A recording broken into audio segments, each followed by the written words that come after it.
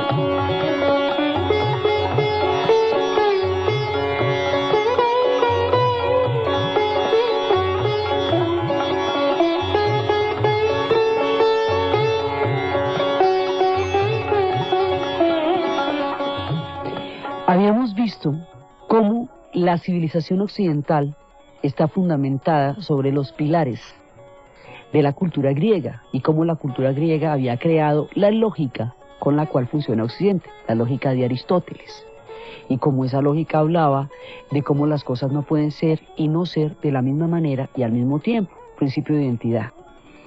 Sobre ese fundamento está montado Occidente, sobre la causa y el efecto está montado Occidente. Sobre el sentido de lo que ellos van a desarrollar como ciencia, está montado Occidente. Esto que vamos a ver ahora es completamente diferente. Tiene una lógica completamente distinta. Las cosas son y no son de la misma manera y al mismo tiempo. Los dioses son duales. El mismo Dios de la creación es el Dios de la destrucción. Las mismas diosas que prodigan el amor de Parvati en una de sus reencarnaciones, en otras son las dioses de la muerte. Cada uno de los dioses representa aspectos distintos y duales de la naturaleza humana y divina. La cosmovisión que esta gente tiene es gigantesca. Las respuestas que han dado a las preguntas esenciales sobre la vida, sobre la eternidad, sobre la muerte, sobre el alma, son de una profundidad que ha trascendido los 7000 años que ellos llevan habitando el planeta Tierra. Son las civilizaciones más antiguas, así como se formaron los del Valle de la Media Luna Fértil, alrededor del Tigris y el Éufrates, y nacieron Sumeria, Acadia, Babilonia, así como nacieron las grandes civilizaciones chinas alrededor del Río Amarillo, nacen las civilizaciones de la India, enmarcada entre las gigantescas cadenas del Himalaya, que tienen 200 kilómetros de cobertura y 8000 metros de altura, que son una espesura gigantesca de la montaña, y entre la altísima montaña del Himalaya y el océano Índico está el subcontinente de la India. Su grandiosidad geográfica es tan monumental como su pensamiento, su espiritualidad, su diversidad, su cultura. Para entenderlos hay que tener claro que lo que vamos a hacer es aproximarnos, solo aproximarnos a una descripción de su mundo. Comprender su mundo en esencia no nos es posible como occidentales. La esencia de este pueblo se nos va a escapar a lo largo del relato porque tienen una visión del mundo totalmente distinta, porque manejan una lógica totalmente diferente. Uno coge a los griegos y puede llegar hasta la esencia de los griegos, porque es a partir del mundo que ellos moldearon que surgió el mundo en el que nosotros vivimos actualmente. Pero uno no puede hacer eso con los hindúes, porque su esencia es muy otra y se nos escapa por completo. Su religiosidad es tan grandiosa y tan distinta a la nuestra, que no tiene dogmas, no tiene doctrina, no tiene profetas, ni tiene salvadores. Es un conjunto de creencias donde los dioses crean y destruyen a la vez, donde el universo se va representando de muchas maneras, donde las cosas son y no son. Los tiempos de ellos son tiempos distintos. Decían que en aquel tiempo no había ni ser ni no ser, no existía el reino del aire ni el cielo más allá. ¿Qué envolvía todas las cosas y dónde y para qué protegerlas de qué? ¿Había agua allí, insondable profundidad del agua? La muerte no existía, entonces no había algo inmortal, no había ninguna señal para dividir el día y la noche. Esta única cosa sin aliento respiraba por su propia naturaleza. Aparte de esto no había nada, absolutamente nada. Había tinieblas al comienzo. Este todo era un caos indiscriminado oculto en las tinieblas. Todo lo que existía entonces era un vacío informe, pero el maravilloso poder del calor nació esta unidad. Después en el comienzo creció el deseo, la primera semilla y el germen del espíritu. Los sabios que indagaron con la inteligencia de su corazón descubrieron el vínculo existente entre el ser y el no ser. Transversalmente estaban allí las líneas de la separación extendida, que había entonces arriba de ella y que había debajo. Había elementos procreadores, había fuerzas poderosas, el libre impulso estaba allí y la energía estaba allá. ¿Quién sabe realmente y quién puede aquí afirmarlo? ¿Por qué razón nació y de dónde proviene esta creación? Los dioses son posteriores a esta formación del mundo. ¿Quién sabe entonces cuál es la fuente de donde proviene la existencia? Él, el primer origen de la creación, bien sea que la haya o no formado. Él, cuya mirada controla el mundo desde lo más alto del cielo. Él realmente lo sabe. O quizá él tampoco lo sabe. Y así quedan las cosas con ellos. Ellos van naciendo en la mitad de las creaciones y su cosmogonía es compleja, es inmensa. Entonces viajar con ellos es viajar desde los orígenes del universo. Esto que estábamos leyendo es uno de los himnos del Rig Veda, el himno de la creación. Eso era ya cuando llegaron los arios. Cuando esto sucede, ya hace mucho tiempo existen los hindúes y apenas estaban empezando el universo. Están tejidos entre la religión y la sociedad, como los griegos están tejidos entre la mitología y la historia. Entonces hay que amalgamar porque está totalmente junto su concepto de la creación con su devenir histórico. Su devenir histórico es tan complejo como sus cosmogonías y su antigüedad es proverbial. Ellos existían desde el principio de los tiempos, existían en forma casi embrionaria cuando el sol iluminó el primer reino de Egipto en el 4.º milenio antes de Cristo. Tenían pleno vigor cuando el sol fulguró en la Grecia clásica en el siglo V antes de nuestra era y asistieron con ese mismo sol al ocaso del Imperio Británico en nuestro siglo. Ellos han sido contemporáneos de todo el mundo.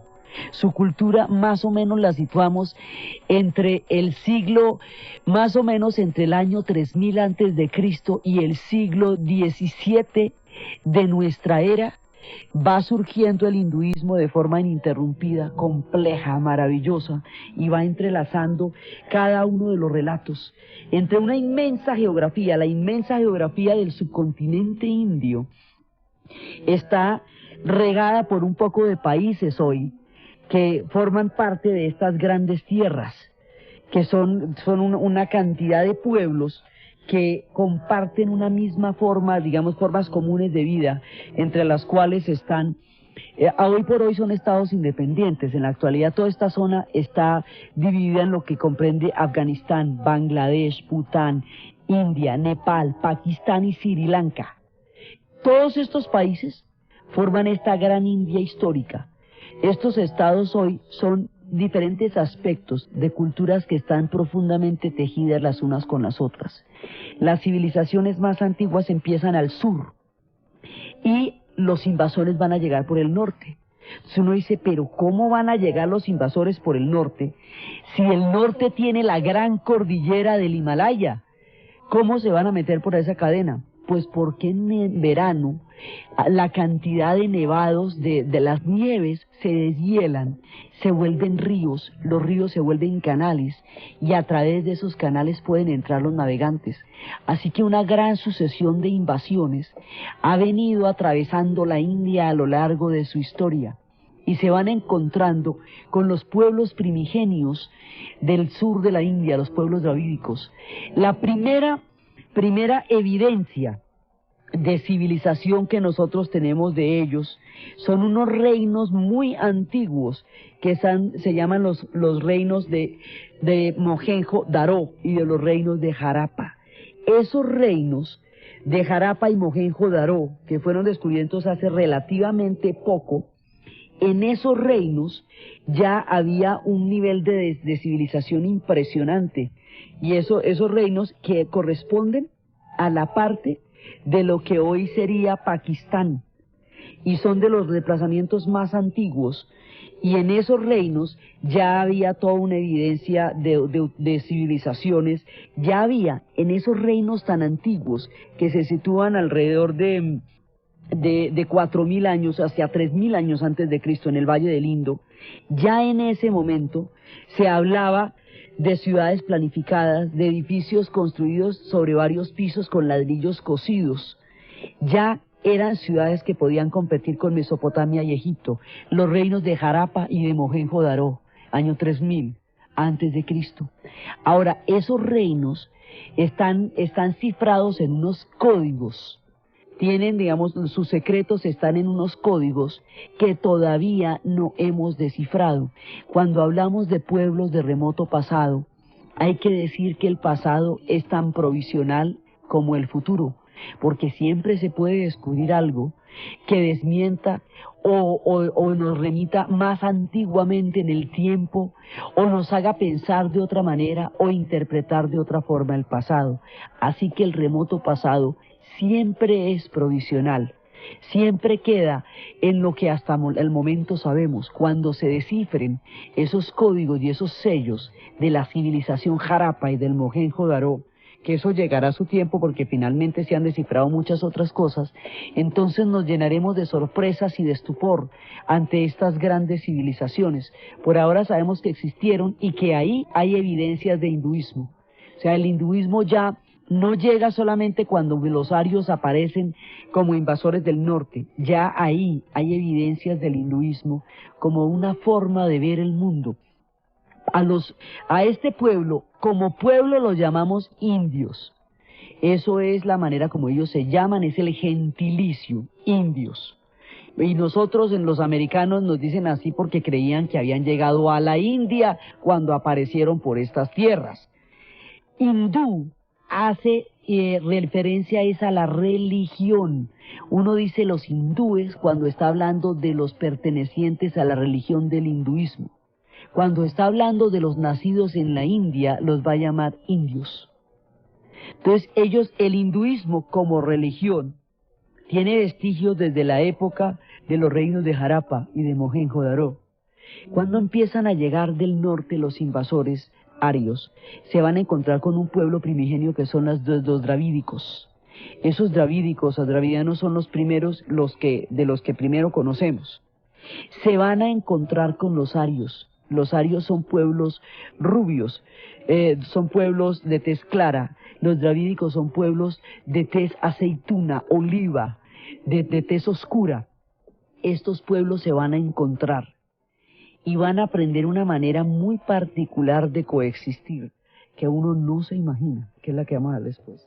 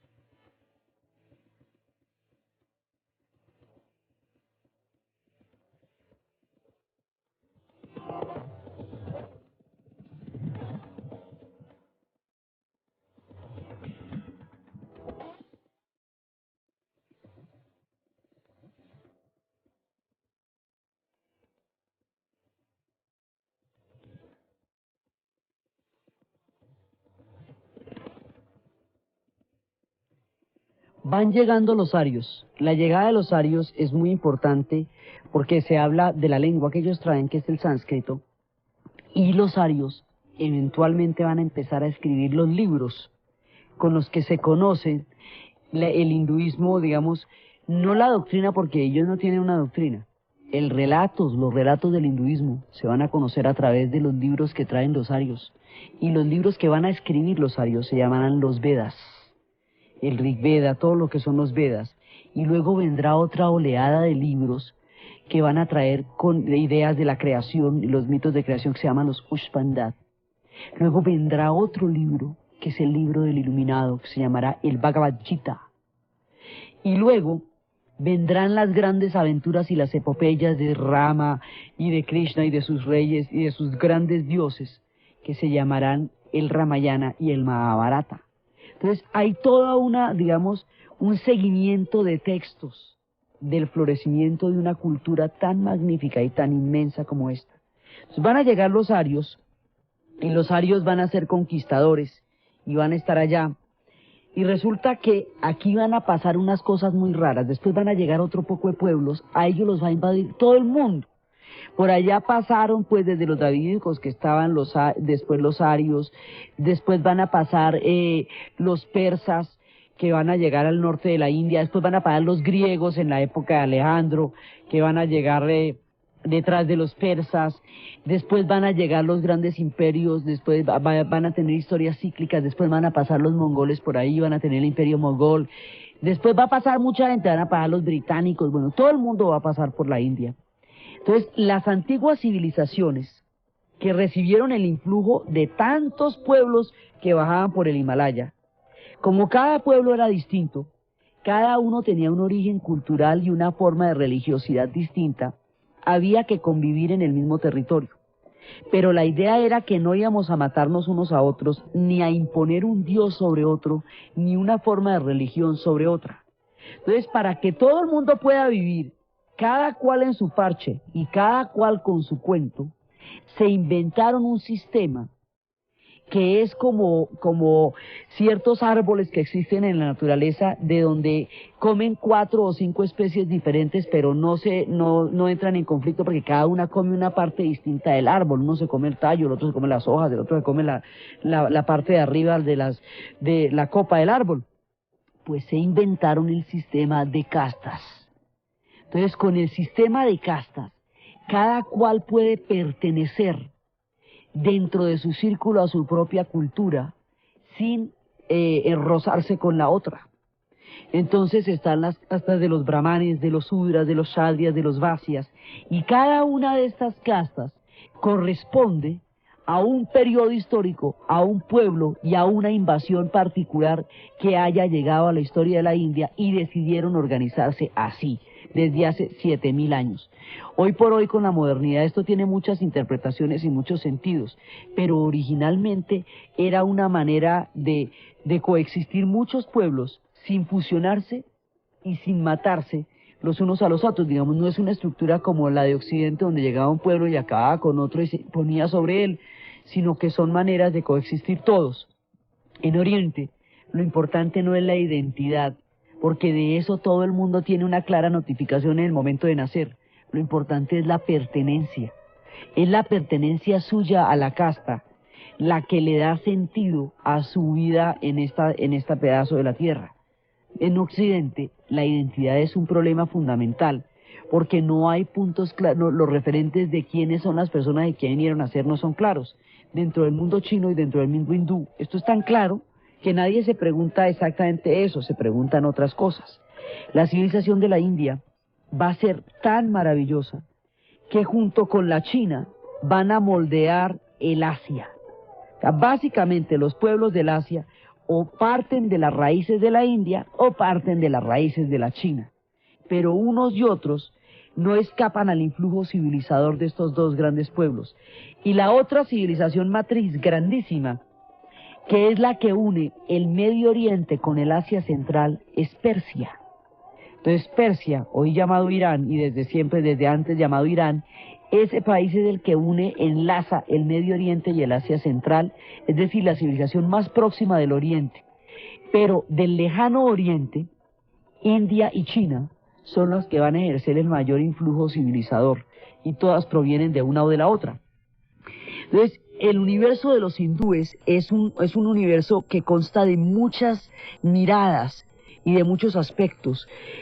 Según los mitos hindúes, consta de 3 mundos: el físico, el celestial y el espiritual. Y en la base de todo hay un océano cósmico de leche, en el cual se alzan 3 islas o continentes. El central, el más extenso, es el mundo físico. Está protegido por 8 guardianes. Cada uno de ellos monta sobre un elefante y ocupa una posición de la brújula. En el centro de la inmensa isla, porque cada uno de estos tiene una direccionalidad de la brújula. Indra está al este, Agni está al sureste, Surya está al sudeste, Varuna está al oeste, Yu al noroeste y Kubera al norte, y Som está al nordeste. En el centro de esta inmensa isla y al norte del Himalaya se alza una montaña dorada llamada Meru, que es la que flanquea los montes más pequeños. En la cima del monte Meru se encuentra el Brahmalok, el dominio del Brahma, el creador, que es a donde van las almas que han alcanzado la liberación permanente del ciclo de nacimientos y de muerte. Este reino está rodeado por las ciudades celestiales de los dioses, y ahí están las figuras donde la reina Indra y donde los señores devas mandan. Entonces, entre el Himalaya y el mar está la India, y es el único lugar y el único país donde los habitantes, según la religión de ellos, experimentan el sufrimiento y la redención. En los demás países del universo existen otras formas de felicidad y otras formas de relación, pero allí es donde existe este ciclo del sufrimiento y de la redención. Dice que un día y una noche de Brahma equivalen a un ciclo terrestre de 4.003.200 años, que es el total, y hay 4 fases de creación, y cada una de ellas está dirigida por un Manu, que ejerce de padre y maestro del ciclo de la creación. Entonces, el asunto es, va a haber tiempo para empezar a explicar todo esto. Ellos creen en la reencarnación como una sucesiva forma en la que el alma se va purificando. Cada vez el alma viene, vive una vida, aprende cosas en esa vida, y después de que aprende cosas en esa vida, muere y vuelve a ir, descansa un ratico y vuelve y reencarna. En esos intervalos hay cielos y hay infiernos, pero son intervalos en el ciclo de las reencarnaciones. Entonces, todos esos ciclos de las reencarnaciones se van a completar hasta que ya el alma haya aprendido las cosas que tenía que aprender, y cuando las ha tenido que aprender, finalmente va a llegar a un punto en que no va a nacer más. Ese punto, que es, digamos, la aspiración de todo, es el que se llama Moksha, que es cuando termina el proceso de reencarnación, porque se llega a la liberación última. El ciclo de las reencarnaciones es lo que se llama el samsara, que es la rueda en la cual está presa el alma mientras está de un ciclo de reencarnación a otra. Entonces, el alma, mientras está en todos esos ciclos, experimenta por acciones, por acciones individuales y en las cuales usted tiene toda capacidad de decisión. Usted tiene acciones que hacen que usted lleve a las otras vidas acciones de sus vidas anteriores. Esas acciones son los karmas, son las consecuencias dentro de sus acciones.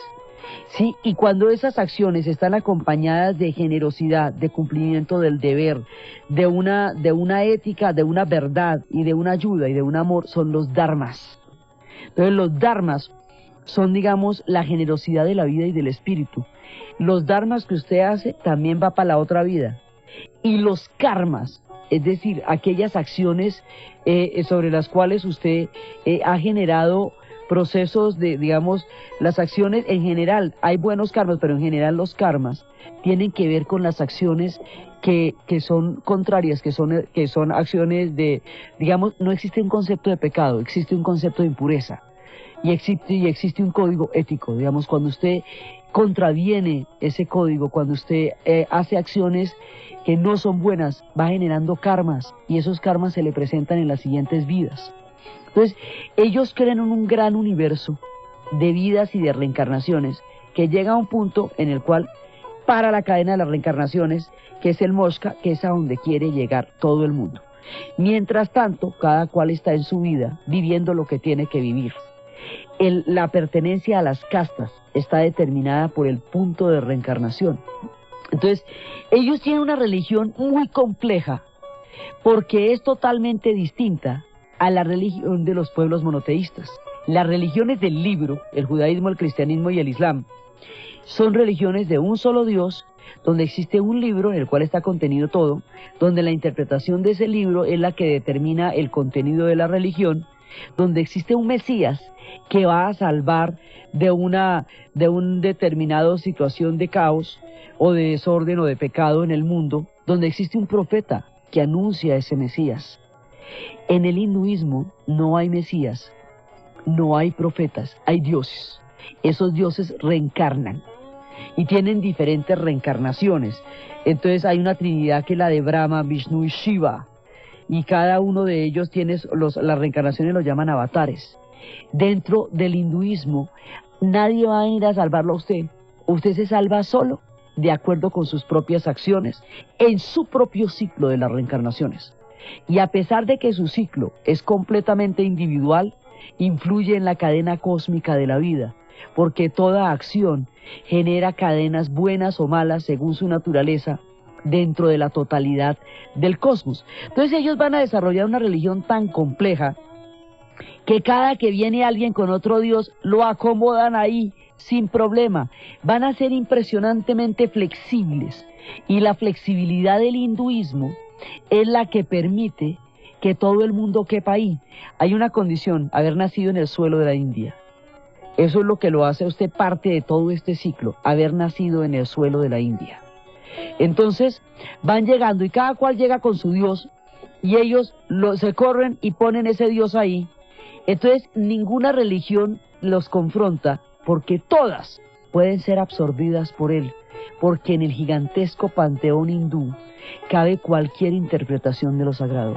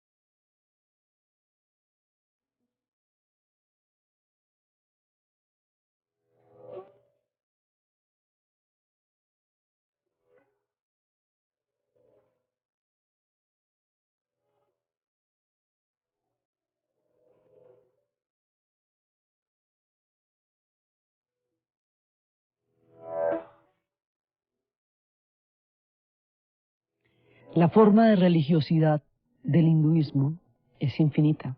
Hay más de 3 millones de dioses, solo para demostrar que lo sagrado es infinito, que la divinidad es infinita. Entonces van juntando todos los dioses. Cada región va a tener más o menos cercanía con uno u otro dios. Cada pueblo que ha llegado ha aportado un dios.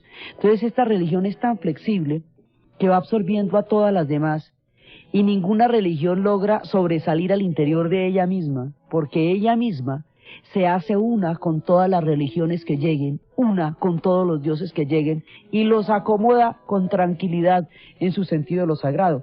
Por eso mucho tiempo después, cuando surge el budismo, que es de allá, va a ser una parte de su gran concepto de la religión, mientras que en otras partes, como en China, como en Corea, va a ser la religión.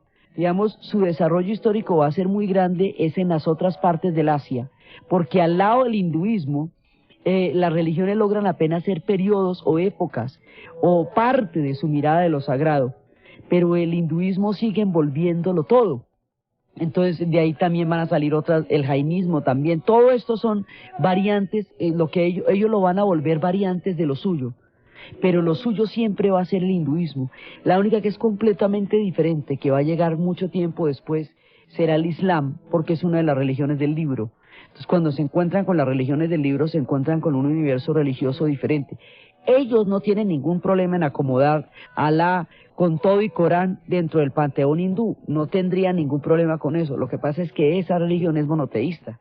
Entonces ellos no creen un solo Dios, entonces no se acomodarían. Pero no porque los hindúes no les abran un huequito sin problema, sino que es que ellos vienen con otro cuento. Entonces la religiosidad de la India la va caracterizando desde el principio y es lo que hace posible la relación entre tantos pueblos tan distintos. Entonces cada cual llega con un cuento y el cuento cabe dentro del hinduismo. Entonces hay una ligación profunda entre las diferentes facetas en las cuales el hinduismo va cambiando y va adaptándose, y la llegada de cada uno de los pueblos que va a entrar a formar parte de esta cultura y este continente, porque la gente no se va. Una vez que llegan a la India no se van, se acomodan ahí, quedan encantados, logran atravesarlo. El único que se fue fueron los hombres de Alejandro, porque ya los tenía caminando hace mucho rato, y ya está, ya, pero porque ahí ya completaban 4 millones de kilómetros caminando y dijeron, bueno, no, esto está más grande que todo lo que hemos recorrido y ya el cuero no nos da más. Pero solo por eso se devolvieron, porque ya era excesivo. Los demás llegan y se quedan ahí, se acomodan en alguna parte entre todos los ríos.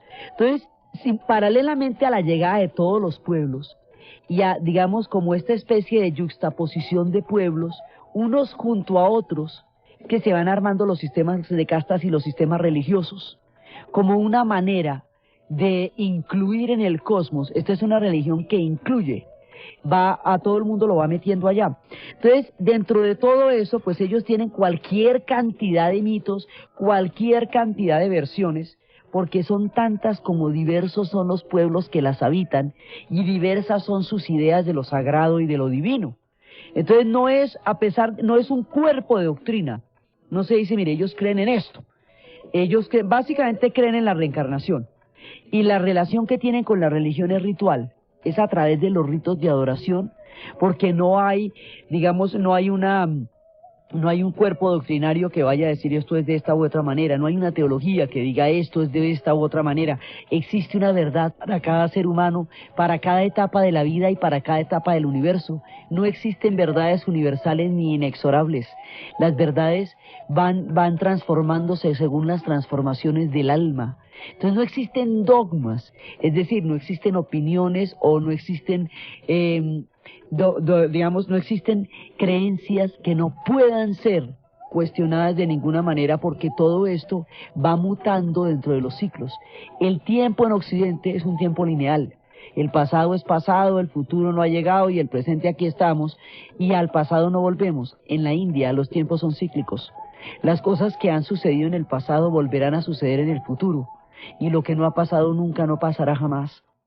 Y porque la historia de ellos es cíclica, entonces ellos tienen grandes esplendores, épocas como las que vamos a ver después con el emperador Asoka, épocas del periodo de Maurya, épocas del periodo Gupta, épocas del periodo Mogol, tiempos en que han sido florecientes, esplendorosos y magníficos, y luego eso se desbarata y viene el caos, y luego vuelve y surge otro orden, muy, digamos, parecido en su esplendor a los esplendores anteriores, pero en otra etapa de la espiral de la vida y la muerte.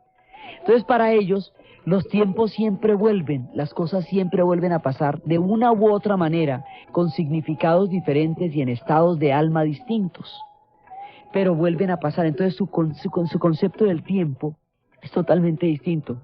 Su concepto de lo dual es muy difícil de comprender para Occidente, porque Occidente trabaja sobre sistemas binarios. Y trabaja sobre sistemas de que las cosas son y no son de la misma manera y al mismo tiempo.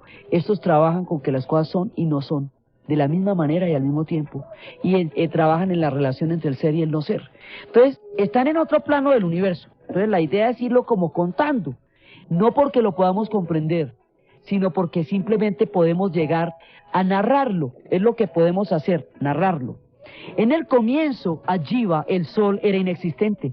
Se hizo existente y creció. se convirtió en un huevo, permaneció en reposo durante 1 año. El huevo se quebró y se abrió. Las dos mitades eran la una de plata y la otra de oro. La de plata se convirtió en la tierra, la de oro en el cielo. La gruesa membrana de la clara en las montañas, la delgada membrana de la yerma en la niebla y las nubes, las pequeñas venas en los ríos, en el fluido de la mar.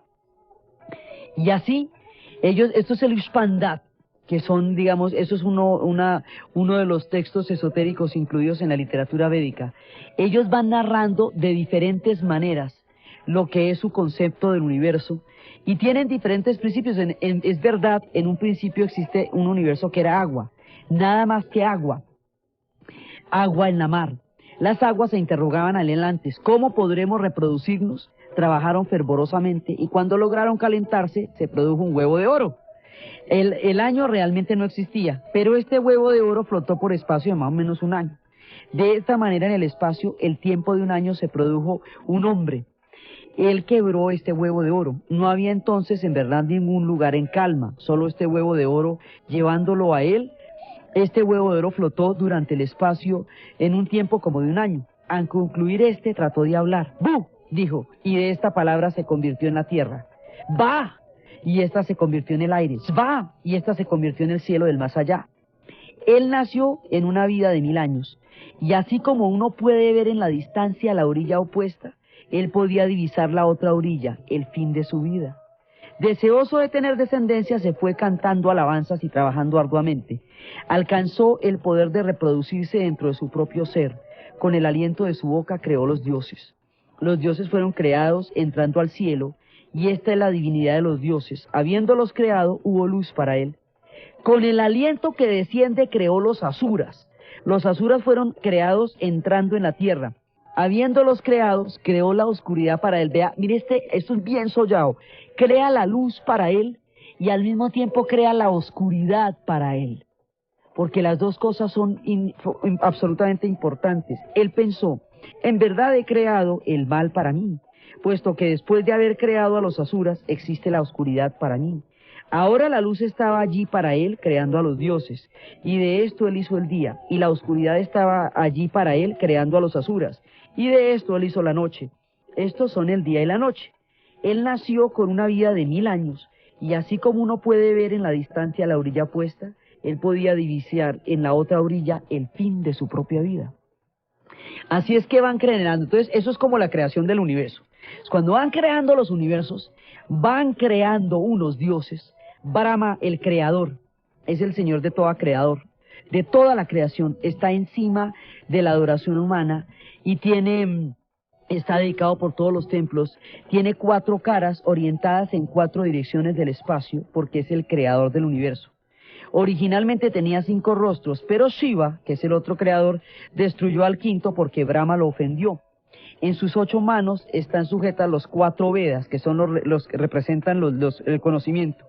Un collar que tiene forma de rosario, que significa el tiempo, un recipiente con agua, que simboliza la fertilidad, y un instrumento para los sacrificios, ya que el mundo fue creado mediante sacrificios. Entonces, Brahma aparece sentado sobre una flor de loto, que simboliza la creación, y un cisne o ganso, que son los vehículos que representan la sabiduría. Ellos son tan importantes como sus vehículos. Cuando aparecen de toro, el toro es tan importante como el espíritu. Cuando aparece de cisne, el cisne es tan importante como aquello que porta.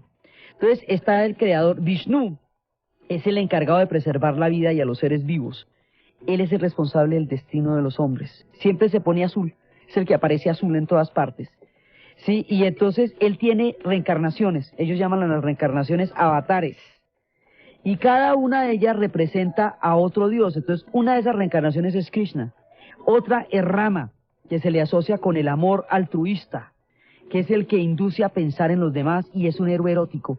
Hay una profundidad erótica fuerte en todas estas historias. Krishna se le representa de color azul cuando está en el infinito. Y Vishnu tiene 1000 cabezas y tiene la forma de Lakshmi. Entonces, cada uno de estos dioses es duales, según lo que haga. Entonces, no solamente es dual, o sea, no solamente representa cosas contradictorias, sino que como reencarna, tiene distintos aspectos. Entonces hay un Dios que es una reencarnación de otra. Así, ellos están de muchas maneras representados. Y hay uno que es especialmente llamativo, porque produce las dos cosas que más se quieren, la destrucción y la construcción. Shiva, el señor de las creaciones.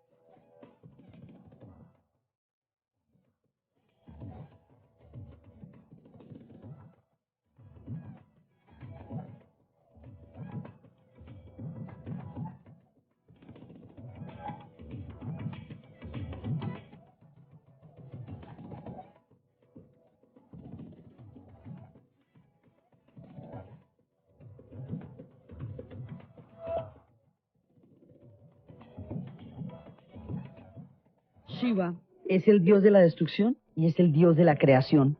En él se resuelven todos los extremos, todos los antagonistas, todo lo irreconciliable, en él se puede resolver. Entonces, es responsable tanto de la destrucción como la creación, como de la no creación, como del comienzo, como del fin y como del nuevo comienzo, es decir, de todos los ciclos. Aparece representado él danzando en un círculo de fuego. Ese círculo de fuego significa el movimiento eterno del universo y la reconciliación de las fuerzas opuestas de la oscuridad y la luz. La danza representa la destrucción del maya. Maya es ilusión, o sea, todo aquello que uno da por verdadero y que en realidad es un espejismo, ellos lo llaman maya. Entonces Shiva se le representa despeinado como símbolo de desprecio de la sociedad. Y los cabellos representan los 7 ríos sagrados de la India, y por eso él es el protector de las aguas del Ganges, que eso es lo que significa lo que los va a llevar a los ciclos de la vida eterna. Cuando él está danzando en el fuego, según como lo representen, cuando está danzando en el fuego, está haciendo la danza de la destrucción. Otro tipo de danza es una danza de la creación, y el tipo está danzando y a veces tiene en una mano un disco solar, que es la creación del sol, y en la otra tiene un caracol que produce un sonido, que es el sonido mismo de lo sagrado del universo, y el sonido de lo sagrado del universo es el Om, que es lo que se repite, ese sonido que se repite desde la profundidad. Esos sonidos son claves de armonías cósmicas, hacen a la sonoridad universal de la creación, y por eso se repiten de una manera sagrada. Ellos tienen también otras repeticiones que se llaman los mantras, y los mantras son sonidos o también son oraciones que repetidas muchas veces ejercen un efecto de comunicación con el universo y de equilibrio interior, porque para ellos lo importante es la armonía interior y el equilibrio interior. Entonces, Shiva tiene una esposa que se llama Parvati, y su esposa, ella es, por un lado, Parvati es su compañera. Parvati es la diosa del amor, la protectora, la madre, la bella, la que está consolando, la que está siempre con él. Y por el otro lado, otra de las posibilidades de ella es Kali, la diosa de la muerte y la diosa de los sacrificios sangrientos. Esa es otra de las reencarnaciones o de los aspectos de Parvati. Otra es Tundra, que es la diosa guerrera. Entonces, el mismo Dios puede tener o diferentes reencarnaciones o diferentes aspectos, como los aspectos del alma humana. Acuérdese que la gente puede ser tan chévere, tan encantadora y tan divina como perversa. Y esas diferencias pueden coexistir en un mismo ser humano que puede ser amiguísimo suyo y puede tener aspectos totalmente contradictorios y terribles y salvajes dentro de una misma personalidad.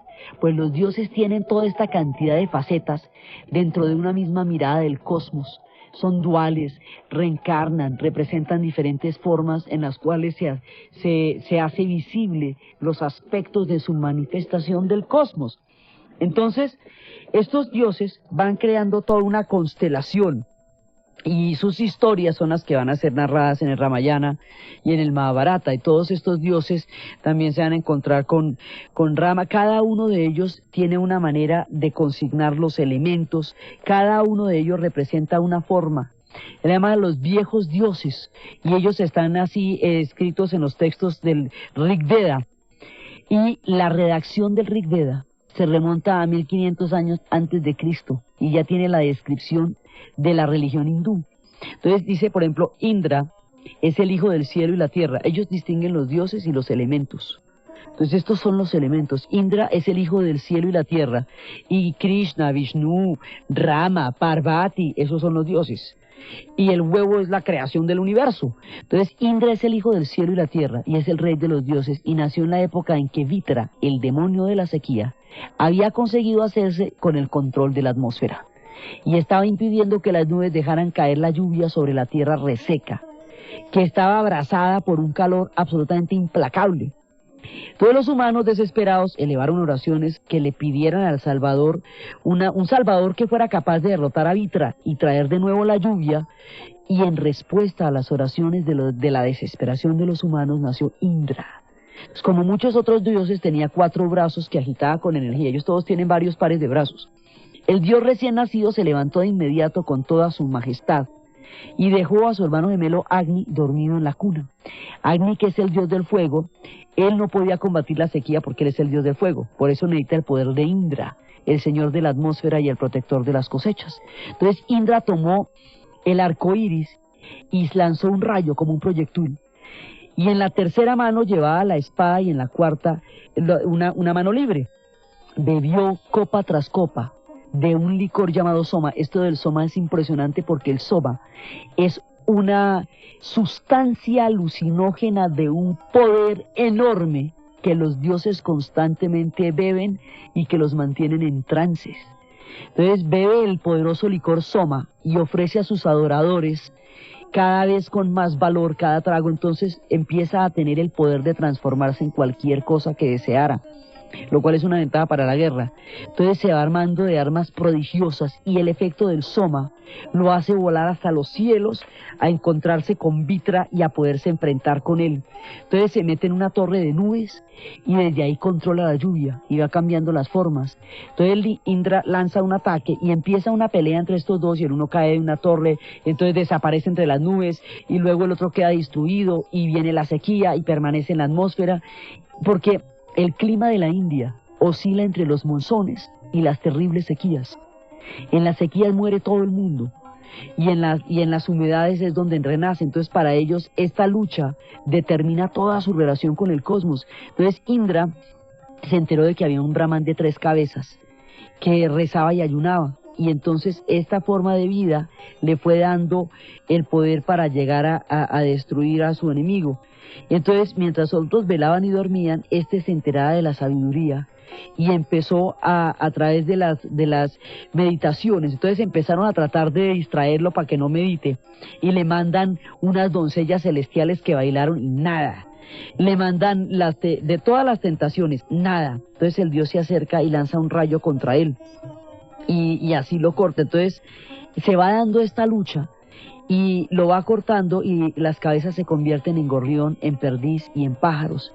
Y de pronto hay el momento del enfrentamiento ya máximo. Entonces dice, mire, no matarás ni de noche ni de día, ni con un arma mojada, ni con un arma seca, ni con un arma de madera, ni de piedra, ni metal. Entonces así no lo podía matar de ninguna manera. Entonces a la hora del crepúsculo, cuando no es de noche ni de día, miró y vio la espuma del mar. Y pensó, la espuma del mar no es ni seca, ni mojada, ni madera, ni metal. Entonces Indra se agachó y empezó a arrojarle espuma del mar a Vitra, y así lo logró vencer, y así pudo traer la humedad. Pero Vitra siempre se agazapa y está esperando entre la atmósfera, y en el momento menos pensado trae las sequías. O sea, aquí no se resuelven las peleas de manera definitiva, porque Indra sí logró traer toda la humedad, pero Vitra de vez en cuando trae las sequías. Entonces ellos van encontrándose en una danza cósmica, circular, cíclica, donde las cosas se resuelven de una manera, se complican de otra, se vuelven a resolver, y así esos universos duales van mostrando tanto la cosmogonía como la historia de la India. Entonces van apareciendo sus grandes periodos y se va conformando esta gigantesca civilización, y esa manera tan particular de ver el mundo tiene referentes completamente distintos a cualquiera de los que nosotros nos imaginamos. Ellos tienen, por ejemplo, para buscar la purificación y la salvación, tienen una parte que es el tantra, el yoga del sexo. Ellos piensan que, digamos, una parte de las creencias afirma que cuando dos personas llegan a tener una interacción sexual y espiritual suprema, trascienden los cuerpos y entran a formar parte de lo uno y el todo. Entonces hay un yoga del sexo que es el yoga de la purificación y la salvación a través del rito de la sexualidad, y por eso hay tallas de piedra que tienen expresiones de orgasmo y de sumo placer sexual que tienen 3.000 y 4.000 años de antigüedad y están intactas en las piedras talladas sobre ellas. Otros creen que la purificación y la perfección se puede lograr a través del total ascetismo. Entonces la total abstinencia sexual la utilizan como una manera de canalizar la energía de la libido para lograr el proceso de perfección. Entonces usted se puede perfeccionar a través de ejercer ritualmente la sexualidad, como en el tantra del sexo, como en el yoga del sexo, el tantra, o usted puede hacerlo a través de la total renunciación a la sexualidad, como son los abstinentes, o usted lo puede a través de los ritos de la salvación. Es decir, hay tantas maneras de buscar la perfección que casi que cada cual puede escoger la que mejor le parezca.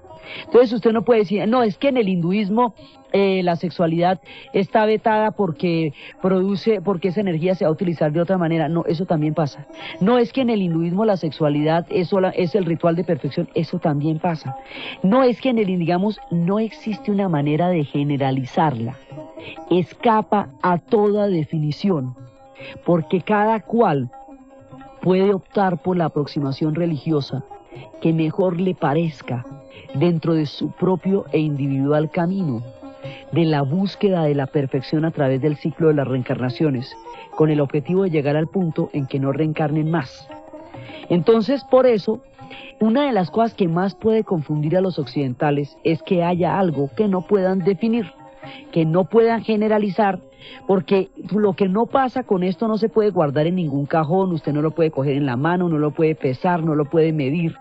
Y las cosas que no se pueden agarrar con los números y los conceptos suelen confundir a todo aquel que habla de ellas, porque no puede asirlas en el puño de la mano. Eso pasa con el hinduismo y con la cultura de este pueblo, y es lo que la hace también tan fascinante, porque el ser el resultado de un desarrollo profundo de la espiritualidad y de la conciencia como sociedad es lo que los hace tan particulares. Esta religión, con todo lo, digamos, lo abierta que es, nunca ha habido un estado teocrático hindú, porque no puede haberlo, no ve que eso escapa a toda definición, tampoco persecuciones en nombre de ella, porque si todo el mundo cabe de una u otra manera, digamos, los antagonismos se van a presentar es en el siglo XX, cuando la partición, pero eso será muchos siglos después de estos soles de la civilización que estamos hablando ahora. Entonces estamos empezando apenas una profundidad inmensa de un desarrollo histórico y un desarrollo de una espiritualidad y una conciencia universal al mismo tiempo en un territorio gigantesco bañado por el Océano Índico y circundado por el Himalaya, que conoce la grandeza en todas sus formas. Es a esto a lo que los estamos invitando. Y es a entrar en esta atmósfera maravillosa de la cítara, del sol y de la lluvia, donde estamos convocando los más profundos espíritus del hinduismo. Entonces, desde las danzas de la creación de Shiva, que destruye y crea y renueva el universo, desde sus reencarnaciones, desde su esposa Parvati, desde el huevo que da origen a la clara y a la yema de la vida, desde el ser y desde el no ser, desde las leyendas y desde las miradas a través de las cuales se va desenvolviendo un universo gigantesco, sabio y maravilloso. En la narración de Ana Uribe, en la asistencia técnica César Moreno, y para ustedes feliz domingo y bienvenidos a la India.